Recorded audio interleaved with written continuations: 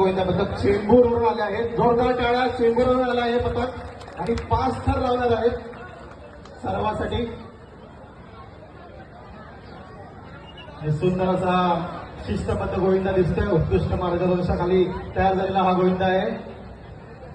चेंबूर स्थित श्री दत्त गोविंदा पथक. महिला सन्मान आजच्या आपल्या या वर्षीच्या थीमच्या अनुषंगाने जवळजवळ 7 ते 8 महिला गोविंदा इथे दाखल झाले. त्यापैकीचा हा पाचवा गोविंदा पथक आहे.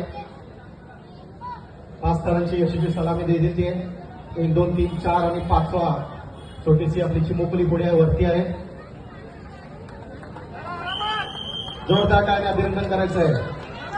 बोला बोल पंचरंग.